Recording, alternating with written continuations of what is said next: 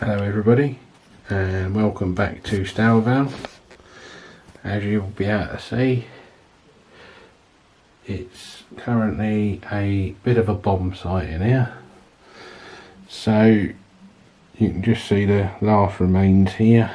As I mentioned in my previous video, I would be looking at rebuilding Stourvale and changing it, so I've been thinking about it since that last update, and I'm now in a position where, as you can see, I've already started putting some modular boards out in place, which hopefully will start to form part of Stourvale, the rebuild, probably version 3, since I've been doing stuff on YouTube. So as you can see, I've got the MDF boards here. This is just for visualisation purposes at this moment in time and planning. The old layout is still underneath. However, I'm probably expecting in the next week or so that will be ripped up, ready for the rebuild. As I record this on video,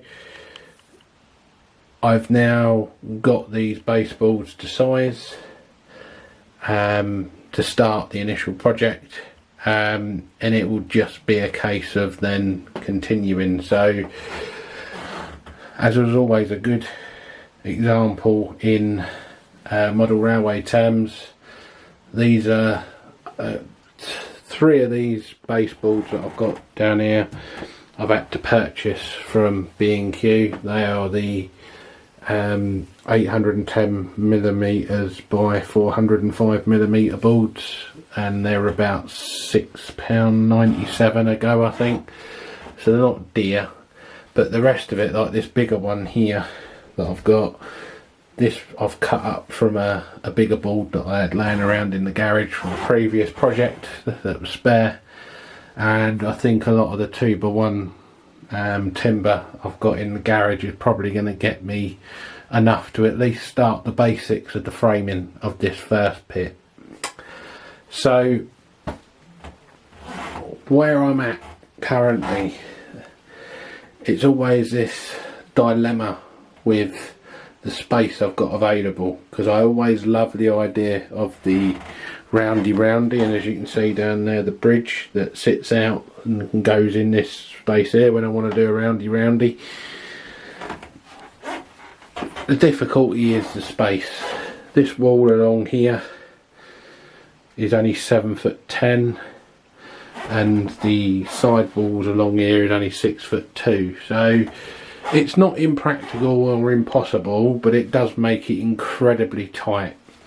When I made the recent adjustments up here, where I moved the point from where that box is hiding to probably where my fingers point in there, I did that to make it easier on the other layout, but it meant for all the geometry to work that I lost the ability to have a 4-coach train in that station that I'd previously designed.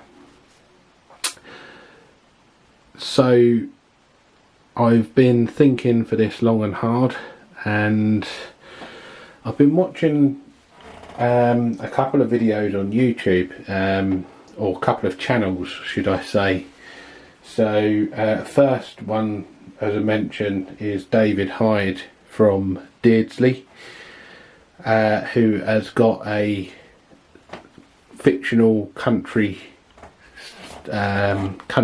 station with a goods depot, which is a one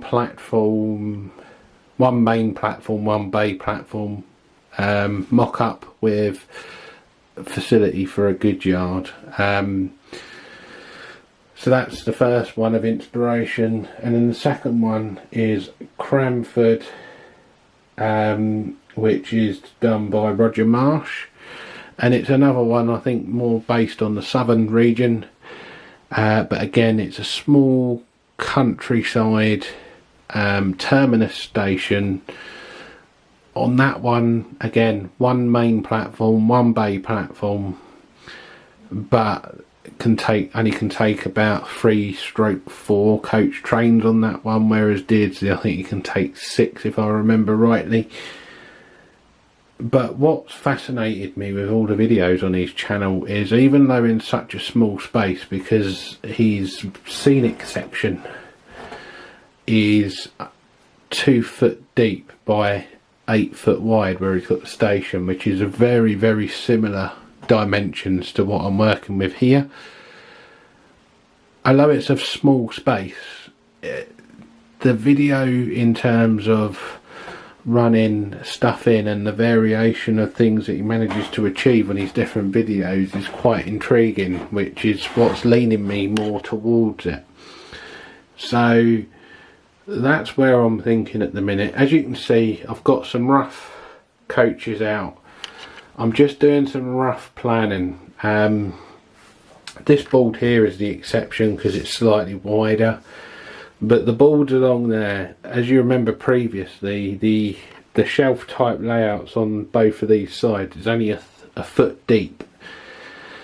With these boards, I am just using them as they come from B&Q, which obviously that means that I'm going to potentially gain another 3 inches on here, which means these are going to be 1'3" deep. So I'm still working on a smaller parameter than the other sort of inspirational layouts that I have referred to. However, it's an improvement on what it is, and like I say, you have to excuse the mess in the room, but what you can see is, especially with lockdown as well, working from home, this is my office currently, straight man cave. So this is where my desk setup is. This is obviously my laptop's on the desk, so I have to be able to get in and out of here. And as you can see when I come closer now, this extra bit that's now sticking out, it comes out a bit more, but I think that's as far as I could go without it causing any impact any further. So like I say, this is the much, again, 00 gauge is always about compromise, as we know. So that's the compromise.